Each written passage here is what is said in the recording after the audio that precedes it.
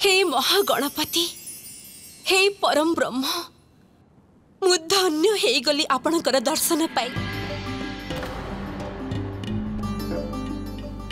आपणकर कल्याण हो देवी पार्वती।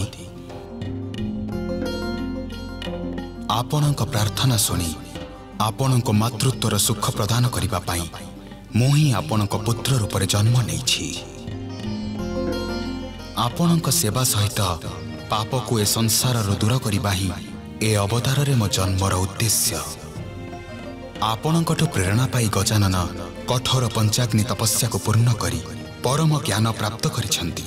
सी मोर ही अवतार, मोर आउ तांख भितरे कौनसी पार्थक्य नहीं। आउ एबे से आपणक शक्ति प्राप्त करिपार योग्य ही सारिछंती। सेथिपाई देवी महाशक्ति एबे आपण निजर समस्त शक्ति प्रदान करंतु। ठीक अछि।